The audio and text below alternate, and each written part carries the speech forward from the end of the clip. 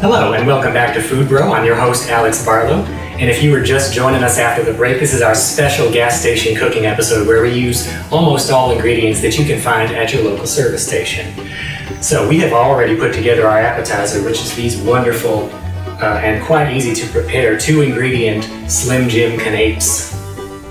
So now it is time to move on to our main course, which is a casserole. Now if you're like me, your grandmother used to prepare the most wonderful casseroles at her house at the holidays, and you think of that very fondly. But just because you're a single guy and you live alone does not mean that you cannot also enjoy a good casserole. So let's get started. I'm going to begin with my single serving casserole dish here. And I'm just going to go ahead and grease that down with some of the yellow butter. Just like that there, quite easy.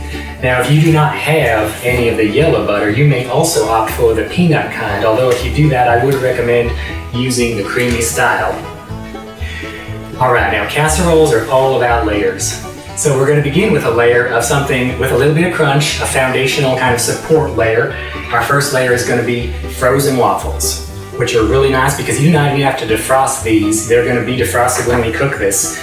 So if, like me, you could not find the square waffles, or if indeed they just do not fit in your pan very well, just feel free to cut these to size and just Tetris them right on in your pan so they fit nicely and make it just as pretty as a picture, just like that. Maybe just some larger chunks here and there.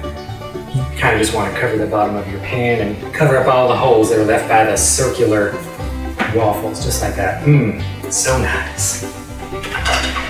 Now, I know a lot of us guys do not enjoy eating our vegetables, and I'm the same way. I don't really enjoy it, but you got to because it's healthy. So I'm just gonna add a little small quantity of frozen peas right out the bag, frozen green peas. What's really nice about this is the peas fit right in the holes in the waffles.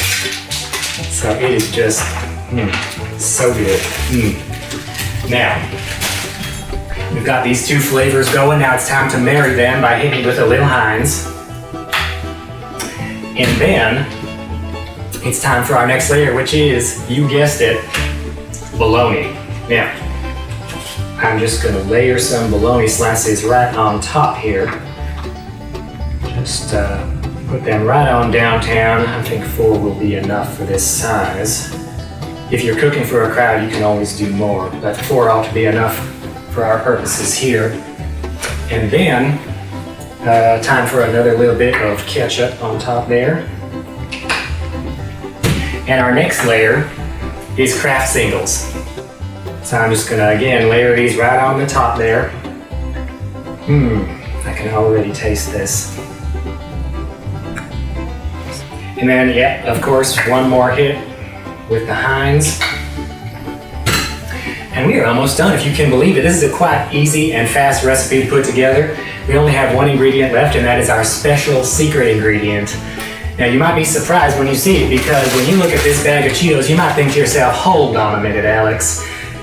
This is an entire meal in itself. And it is, but you can also